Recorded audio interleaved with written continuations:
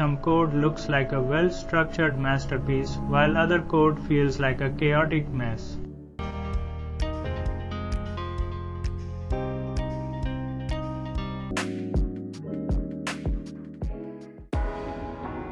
Stay tuned as we explore real-world examples, dissect bad and good formatting practices.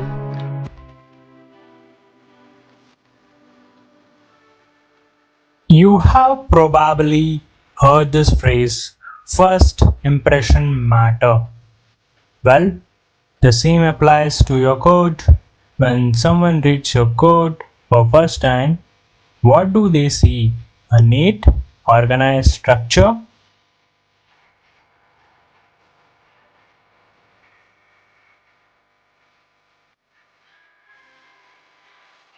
Or a tangled mass of lines that hard to follow? Let me take you on a journey. Imagine you're building an app, but you're not alone.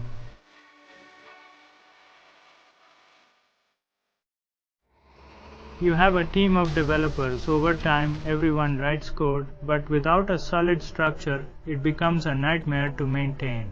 Suddenly, bugs appear, deadlines are missed, and you feel like you're drowning in a sea. Now, imagine the opposite. Each file is like a well-organized newspaper article.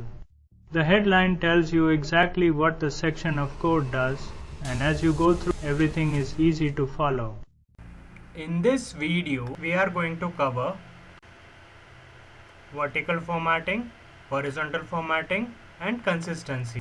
One of the most crucial principles with the vertical formatting is think of it like reading a well-written newspaper. At the top you will get the headline as you read down. Alright, so we'll try to in the code. This means that keeping high level concepts at the top and more specific details at the bottom. So you should never have to scroll up and down and endlessly follow the flow of a code. So we'll just try to compare here bad vertical formatting, how the things will be going to take it, so you will get the idea so how the things will be going to take place. Alright, so here try to see the basic differences here.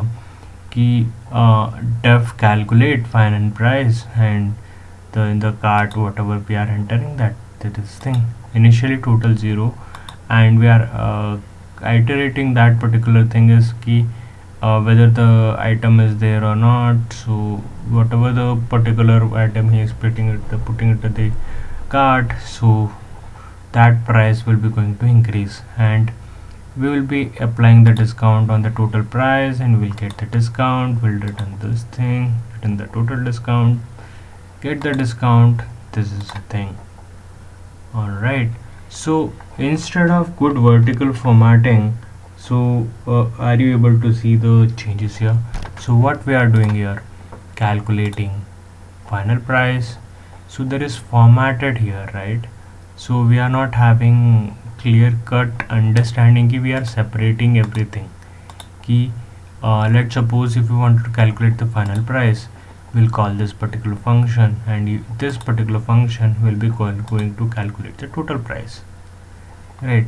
If I'm trying to calculate the discount, it will going to get a discount function, and it will perform this particular activity. So this is what the vertical formatting is all about.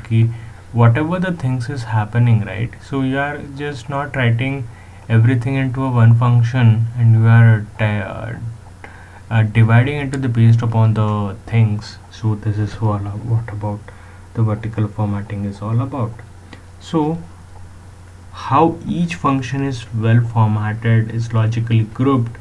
This makes it so much easier to follow, even for someone who is coming new to the project, right? So how to use this VS Code extensions for formatting. So now that we have seen why formatting matters, okay, let's see how you can use this easy VS Code extensions, and I will show you how to install and what are the things or thought process is all about.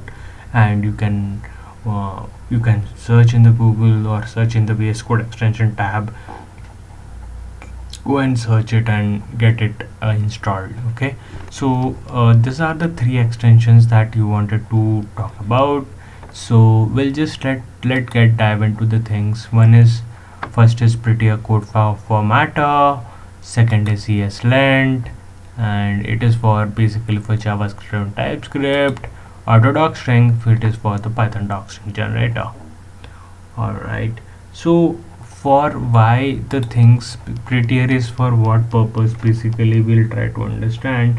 Like will automatically format your code on save, ensures the consistent spacing is there, consistent indentation is there. So this Prettier will take care of that. And it ESLint is for the TypeScript and JavaScript, where you this particular thing is we will use it. So it is basically for finding VS Code extensions. So once install, it will find it out where there is a gap or where there is an inconsistency part.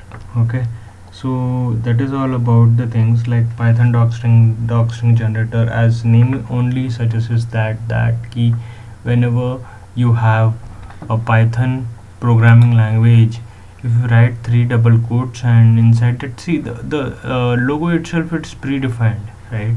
So whatever they are saying, the by the name itself it is doing that. Okay, so this is all about that. Okay, so in next segment what we'll be going to discuss is how we can apply altogether applying these principles to the real world use cases like ET money, Zepto, or any particular use case, so that it will helps. Okay, all right then folks, I hope you understood the pretty much extensions all about. We discuss all the stuffs. All right, so let's get dive into the formatting, how we can use in real world use case, so that it will helps a lot.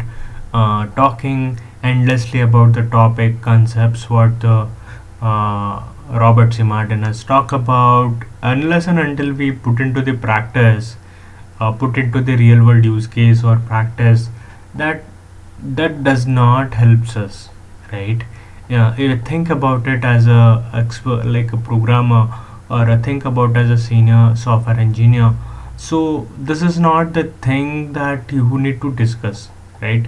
Unless and until we implement it in the real world use cases, talking about like long videos, that doesn't happens. Okay, let's get dive into this. So let's bring all this all together by applying this principles to real world use cases like ET money for financial calculations, Zepto for e-commerce. Okay, all right, so this is a Zepto part. Okay, so like understand here, so the things is like that. All right, so if you think about the, see here, as a beginner we do this particular mistake, we don't know about the formatting part. We just whatever things in our mind, we'll write it at interest equal to amount into rate by 100 into time, everything will write it here only, right? Try to think, if someone comes, he will be not able to understand. This is a beginner way of writing. If you understand this particular code, so how you can transform this to this? So first, how you can refactor it is the function, and you will have the auto docstring generator by the Python. This is a docstring generator you get it here already installed. Use that here and try to complete this particular thing, and everyone will be able to understand what this particular function is all about to do it. Alright, so how this formatting should you can use it. You can use this Python auto docstring if we just write it the three double quotes. Okay, and so I have also showed you in the previous video key how to use these extensions. Okay, so you can use here. So for another part, we have to understand another about the Zepto. Okay, so we'll try to understand. See here, the same mistake for the JavaScript upsell this guy has done. So how we can do it? We can use like this, we can have it like this. Okay, I hope this makes much more clarity, or you can make it like this thing. Okay, you can make it like this, and I can make it like this. Alright, so this makes very formatted, right? So like this you can also do it, or okay, so this is a way like to do for any particular function. So this is particular thing you have to do. So by now you have seen the power of formatting, clean formatting, how easy to maintain using these tools like Prettier, ESLint, and Python Docstring Generator. Whether you are working on a team or just improving your own code, follow these formatting rules. Okay, will make this world of a difference. Okay, there is a vertical formatting, there is a horizontal formatting. Like horizontal formatting is nothing but so till how much lines, the 80 lines of characters the code has to be get, like this basically, folks. Okay, like whenever you write, right, so till when the function you can write it. So this is what the horizontal formatting will be going to talk about. Vertical formatting is like, as you all understood, like how the spacing, indentation, everything it is talking about it. So this is all about, folks. Okay, so this makes a difference. If you find helpful, don't forget to subscribe and hit that notification button, so notification bell. So let me know in the comments which formatting extension you are using and which programming you are using, so how it's improved your workflow. Remember, clean code is not just about writing a code, it's about writing code that lasts. So in the next episode we'll be going to talk about chapter 6 by the clean code Robert C. Martin, object and data structures. Okay, so let me know in comment down below, folks, like how you are getting like this particular video or not. So do you think to me to cover like individually topics, shorter video that is helping you, or making into the one video and putting into the summary of it, and how we can apply it all the things into one together, like how you are getting to understand? Let me know in the comment down below, so we can catch the things, and I will re-record it once again in the next chapter. Next chapter onwards we will be going to discuss that. All right, until then, hit subscribe and support